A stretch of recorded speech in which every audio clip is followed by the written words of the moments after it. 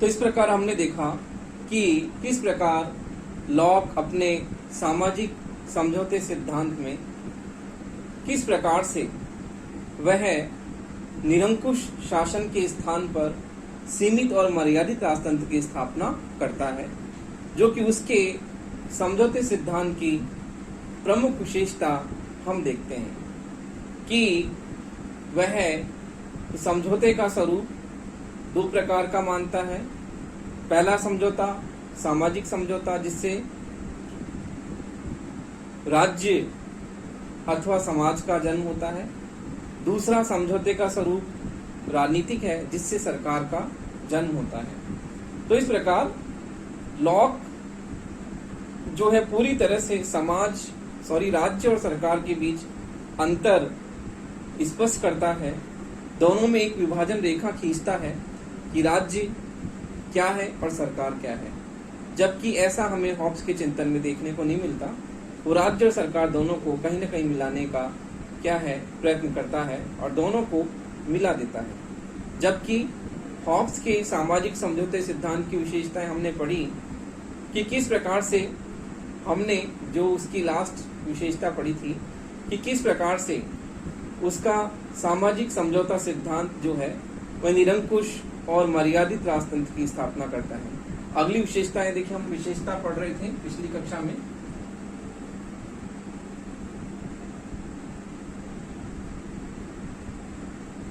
अगली विशेषता है कि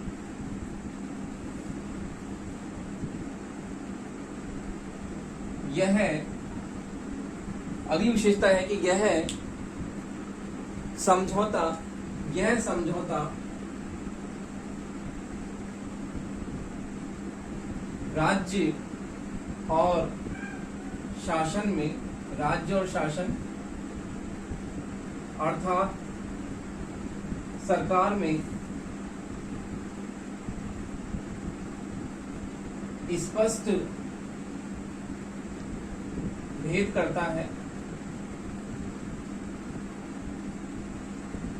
और इस प्रकार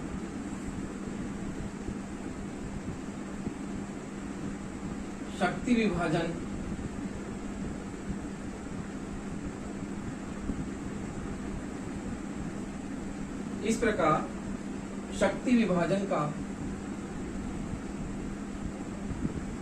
विभाजन का प्रतिपादन करता है।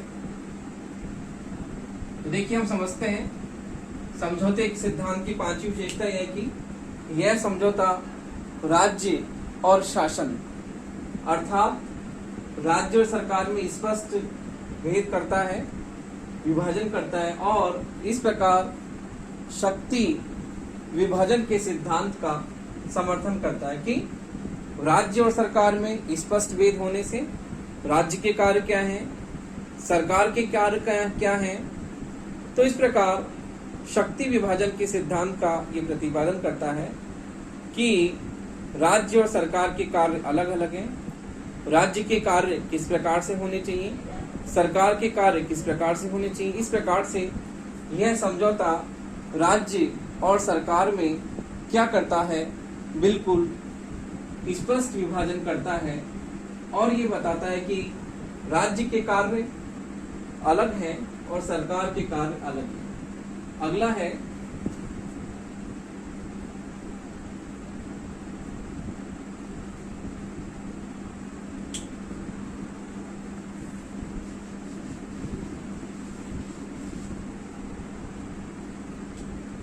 देखिए, समझौते का आधार जन सहमति है। समझौते का आधार जन सहमति है और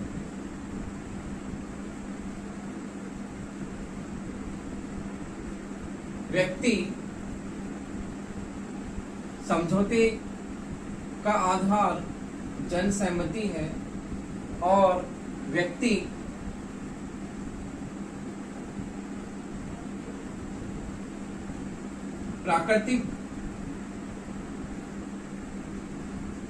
अधिकारों की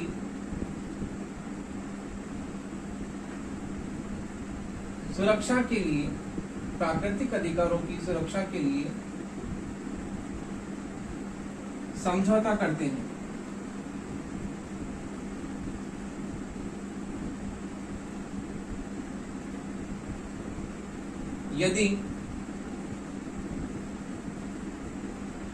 यदि प्राकृतिक अधिकारों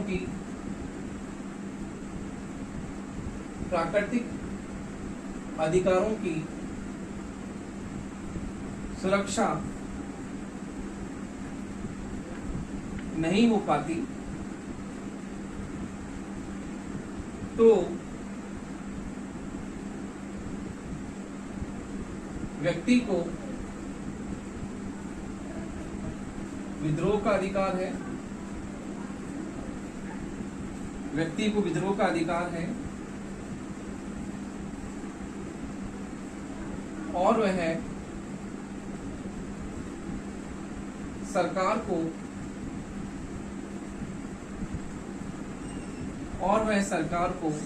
परिवर्तित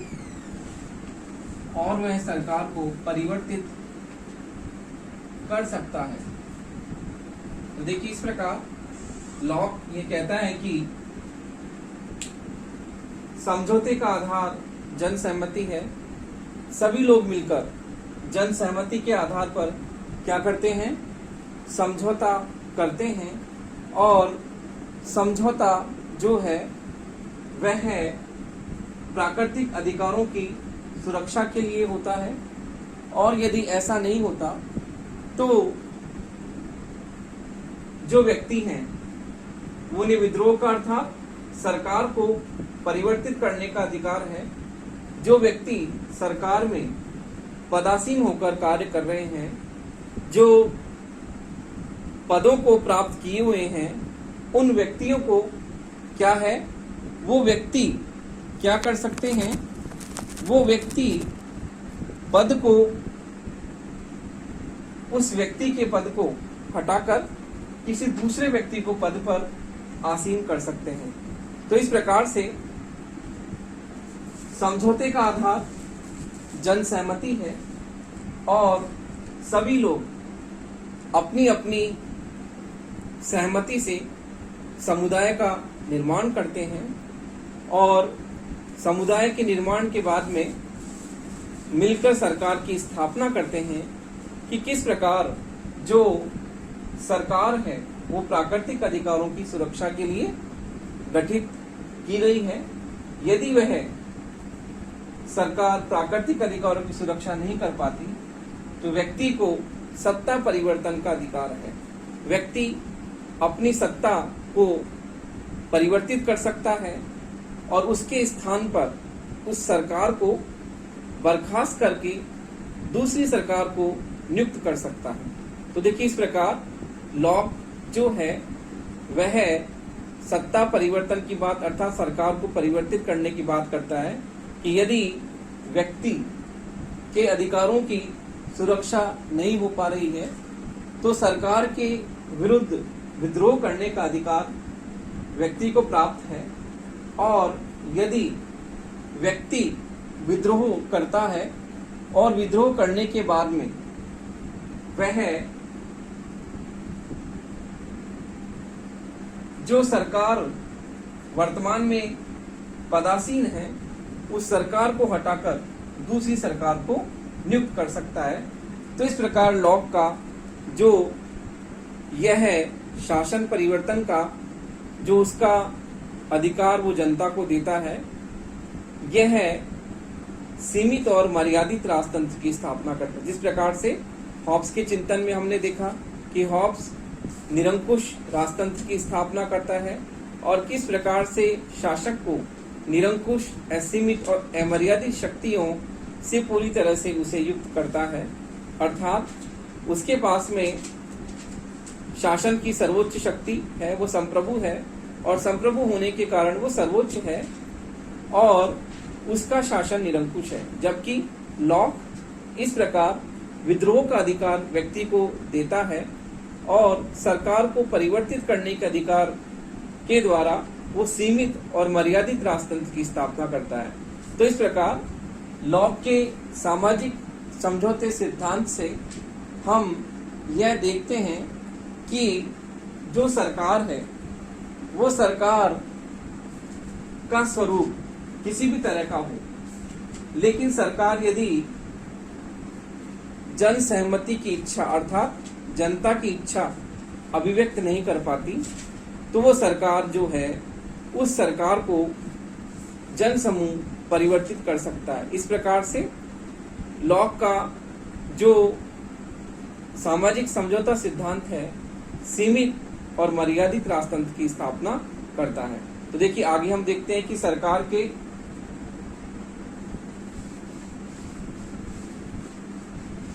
किस प्रकार के कार्य हैं और उस पर क्या क्या सीमाएं लॉक लगाता है।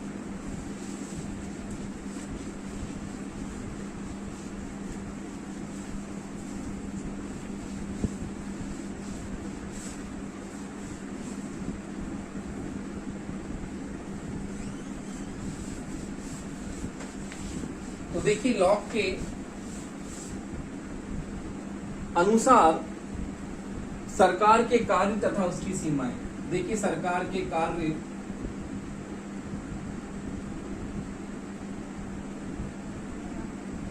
तथा उसकी सीमाएं।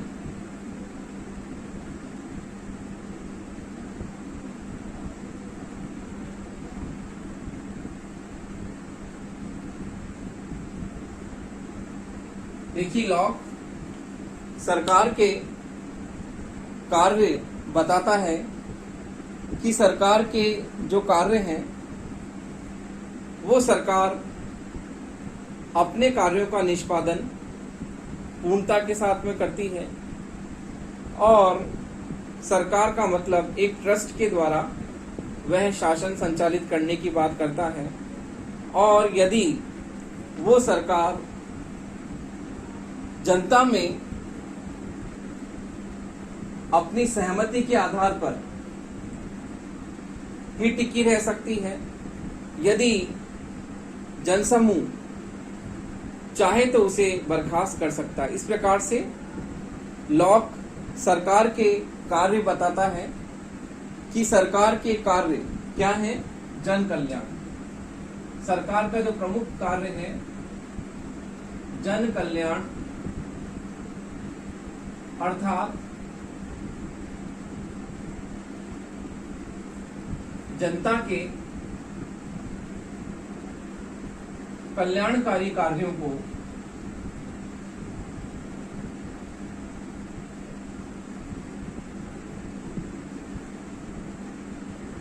करना। जनता के कल्याणकारी कार्यों को सरकार करती है और जनहित पर क्या है, आधारित है। तो सरकार अर्थात ट्रस्ट जनहित पर आधारित यदि सरकार जनहित के कार्य नहीं करती तो जो जनता है उसे हटा सकती है। इस प्रकार से लॉक जन कल्याण के कार्यों से सरकार को कर्तव्य परायण मानता है कि सरकार अपने जन कल्याण कार्यों को कर्तव्यता के साथ में पूरा करती है और यदि वह जन सहमति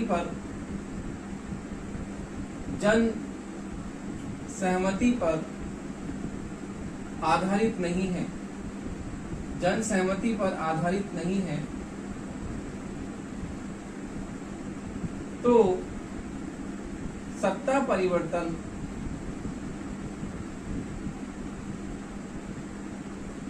सरकार अथवा ट्रस्ट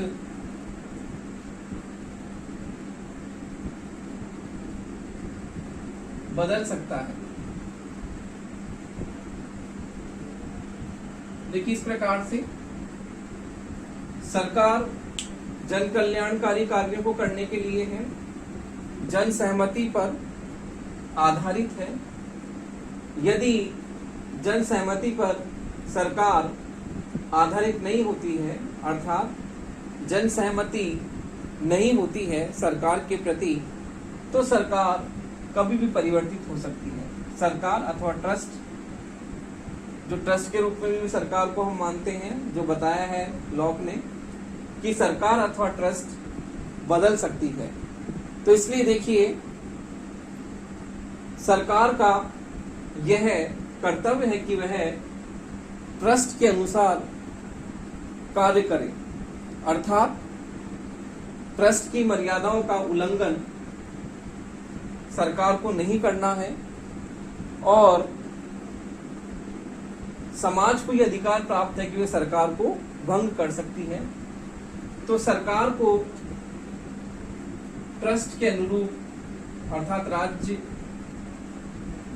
सरकार को ट्रस्ट के अनुरूप कार्य करना है।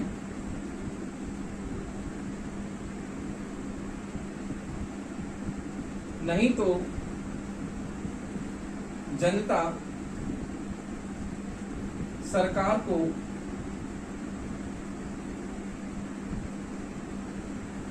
भंग भी कर सकती है, अर्थात सरकार को हटा सकती है। इस प्रकार से सरकार का कार्य जो है ट्रस्ट के अनुरूप कार्य करना है, ट्रस्ट की मर्यादाओं का उल्लंघन नहीं करना है।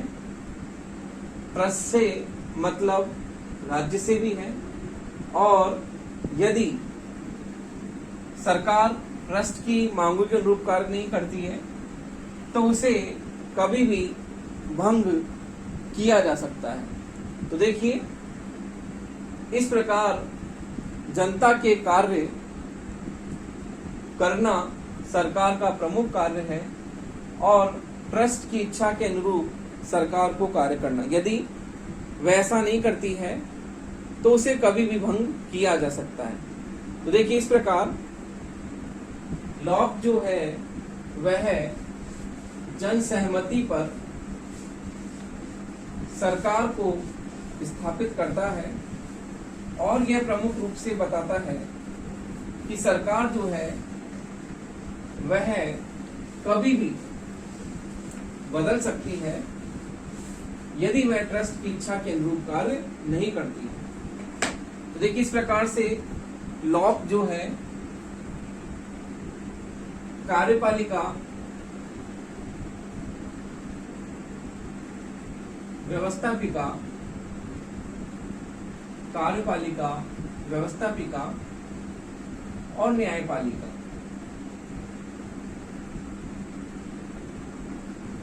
तीनों की बात करता है, अर्थात शक्ति विभाजन।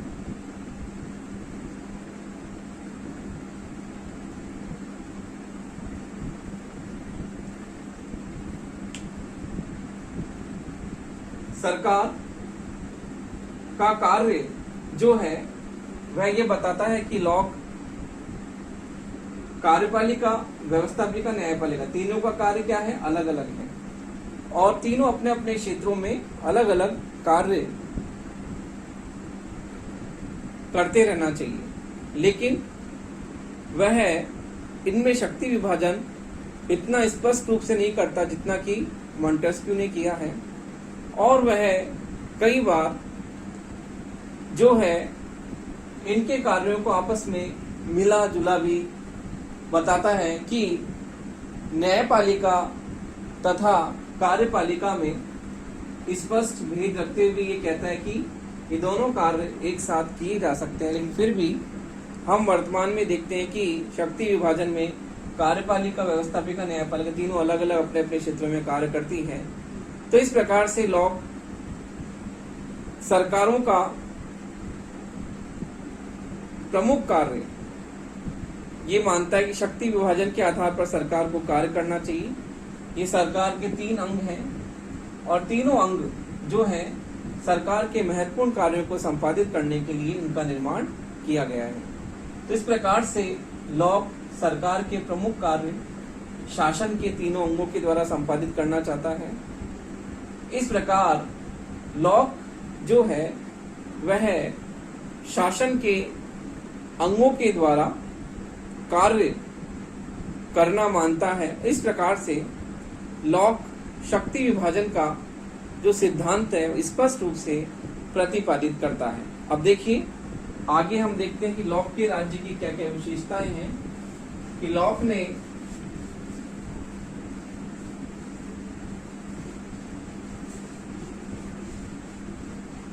अपने राज्य के प्रमुख रूप से किन किन विशेषताओं पर उसने बल दिया है। तो हम देखते हैं अगला जो हमारा टॉपिक है वह है कि लॉक के राज्य की विशेषताएं। तो देखिए लॉक के राज्य की विशेषताएं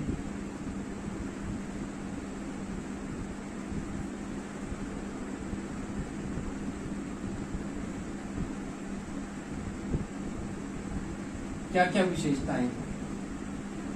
देखिए लॉक का राज्य मानव कल्याण का एक साधन मात्र है। लॉक का राज्य मानव कल्याण का एक साधन मात्र है।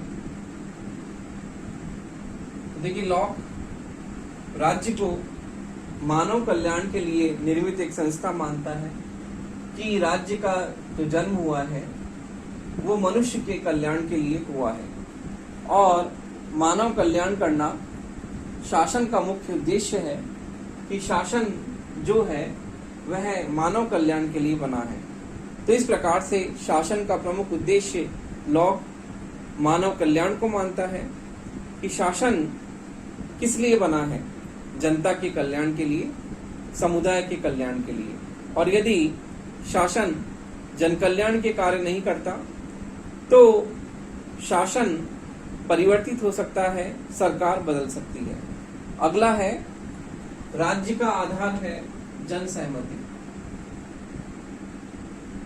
राज्य का आधार है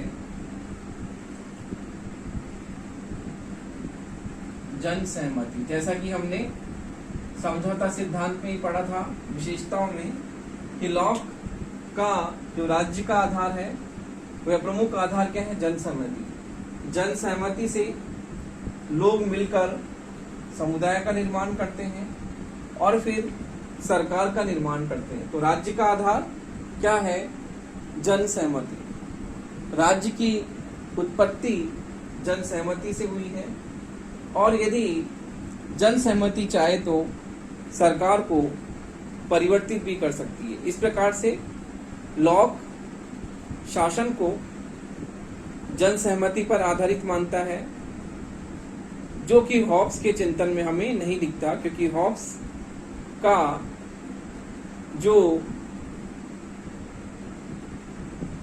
समझौता है उस समझौते में निरंकुश राजतंत्र की स्थापना होती है। लेकिन लॉक के सामाजिक समझौते सिद्धांत में हमें जन सहमति की बात दिखती है, जो कि वर्तमान में लोकतंत्र का प्रमुख आधार है, जन सहमति। कि कोई भी लोकतांत्रिक सरकार जन सहमति के आधार पर ही निर्वाचित होती है और निर्वाचन का प्रमुख आधार क्या है, जन समूह। जन समूह ही क्या करता है, सरकार को निर्वाचित करता है और सरकार निर्वाचित होकर उस जन समूह के प्रति क्या होती है, उत्तरदायी होती है। इस प्रकार से लॉक का जो राज्य का आधार है वह है जन सहमति। अगला है सीमित सत्ता वाला राज्य। सीमित सत्ता वाला राज्य देखिए कैसे, सीमित सत्ता कैसे, यदि सरकार ट्रस्ट अर्थात राज्य की इच्छाओं के विपरीत कार्य करती है, उसका उल्लंघन करती है, तो जन समूह को यह अधिकार है कि वो सरकार को बदल सकता है।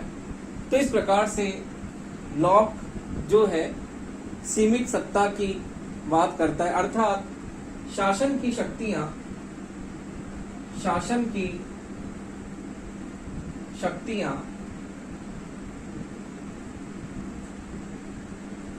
असीमित नहीं है, असीमित नहीं है। शासन नियंत्रित और मर्यादित है। कैसा? शासन नियंत्रित और मर्यादित है। इस प्रकार से लॉक सरकार की असीमित शक्तियों पर प्रतिबंध लगाता है और असीमित शक्तियों के स्थान पर शासन को नियंत्रित और मर्यादित मानता है। तो इस प्रकार से लॉक का जो राज्य है वह सीमित सत्ता वाला राज्य, उसके पास में हॉब्स की तरह निरंकुश असीमित और अमर्यादित शक्तियां नहीं हैं। लॉक के शासक के पास में सीमित और मर्यादित शक्तियां लॉक के शासक को प्राप्त हैं। इस प्रकार से लॉक सीमित और मर्यादित राजतंत्र की स्थापना करता है। अगला है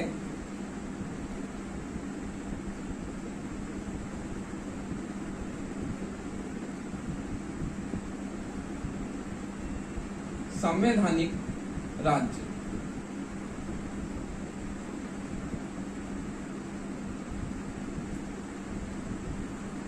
अगला है संवैधानिक राज्य अर्थात विधि का शासन।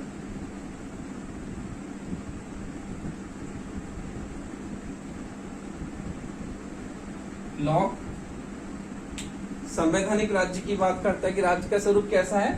संवैधानिक, अर्थात शासन कानून के अनुसार ही चलता है।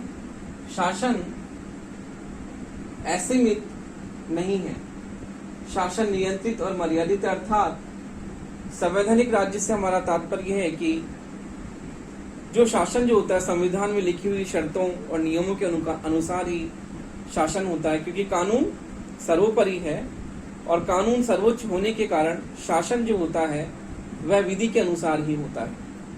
इस प्रकार से शासन में विधि सर्वोच्च है और शासन विधि के द्वारा ही संपादित होता है, कानून के द्वारा ही संपादित होता है।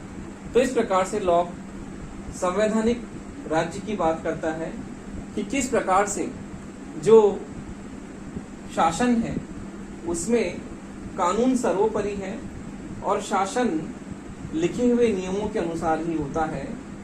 इसमें शासन करने वाला वह कानून के अनुरूप ही शासन करता है, अर्थात शासन करने वाले की स्वेच्छाचारी शक्तियों पर यह संवैधानिक शासन नियंत्रण लगाता है। इस प्रकार से सीमित और मर्यादित शासन की स्थापना करता है। अगला है निषेधात्मक राज्य।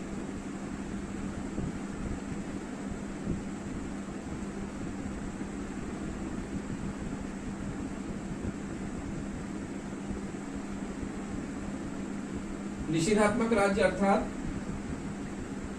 राज्य के नकारात्मक स्वरूप की बात करता है, नकारात्मक उदारवाद की बात करता है कि राज्य का कार्य क्या है? हस्तक्षेप, अर्थात राज्य जो है वह निषेधात्मक रूप से कार्य करता है। उसका कार्य व्यक्ति की नैतिक कर्तव्यों या मर्यादाओं का पालन करवाने तक ही सीमित नहीं है, बल्कि राज्य का प्रमुख कार्य क्या है? अधिकारों की सुरक्षा करना, जिसके लिए राज्य क्या है? बना हुआ है। तो इस प्रकार से लॉक राज्य के निषेधात्मक स्वरूप की बात करता है कि राज्य का अस्तित्व इसलिए है, राज्य का अस्तित्व इसलिए है कि वह व्यक्ति के प्राकृतिक अधिकारों को सुनिश्चित करे। तो इस प्रकार लॉक जो है वह निषेधात्मक राज्य की बात करता है, अर्थात राज्य का कार्य केवल व्यक्ति के अधिकारों को सुनिश्चित करने तक ही सीमित है। इस प्रकार से लॉक के समझौते के बाद में जो समझौते के बाद में राज्य स्थापित होता है उसकी विशेषताएं हमने पढ़ी कि किस प्रकार से लॉक समझौते के बाद में जो राज्य की उत्पत्ति होती है उसकी प्रमुख विशेषताएं क्या है। इस प्रकार से हम यह कह सकते हैं कि लॉक का सामाजिक समझौता सिद्धांत जन सहमति पर आधारित है, जो कि निरंकुश शासन के स्थान पर अर्थात सीमित और मर्यादित राजतंत्र की स्थापना करता है और शासन जो होता है वह सीमित सत्ता वाला होता है और शासन का आधार संवैधानिक शासन है, विधि का शासन है। इस प्रकार से लॉक जो है वह अपने समझौते के द्वारा वह सीमित और मर्यादित शासन को स्थापित करता है, जिसका प्रमुख आधार जनसहमति है।